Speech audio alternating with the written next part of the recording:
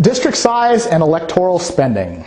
This is a really important thing, especially for people who advocate for third parties. The bigger the district, the more money you need to run. And I've done a really good analysis on a wide variety of states over a 4-year period of time. You have New Hampshire, the winners spend $1,000.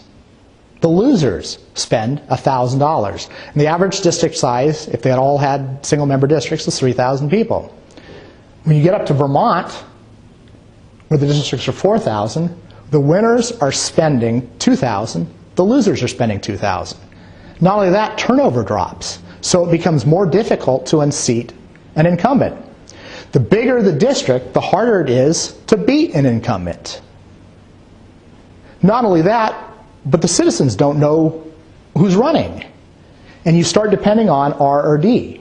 You start looking up and down the ballot and you'll vote for somebody because they're a certain political race. When the district gets smaller, you get to say, well, that's Joe, or that's James. And you can say, I know that person, I trust him, and you're voting for him because you trust him.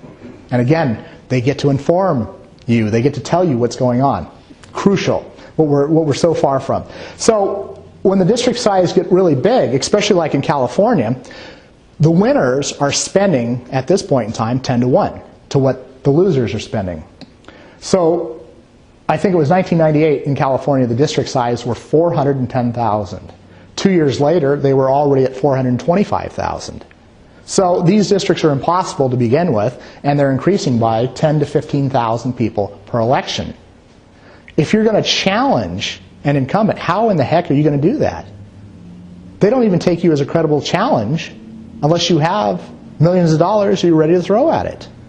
And oddly enough, they seem to be able to match you when it comes time to it. So anyway, there are more third-party members in states like Vermont and New Hampshire that actually get elected because you can afford to. The common citizen has the ability to run in a small district. You can raise $1,000.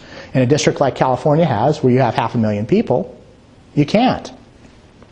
The other consequence is that turnover drops. So in New Hampshire, 1 in 3 lose office each election. Vermont, 1 in 4. And in California, in the last 10 years, only 1 incumbent has lost. We have elections to say we have elections. If no one loses, then what do they matter? I guess the favorability rating in California dropped to 15% at one point in time. 15%. And everybody gets reelected.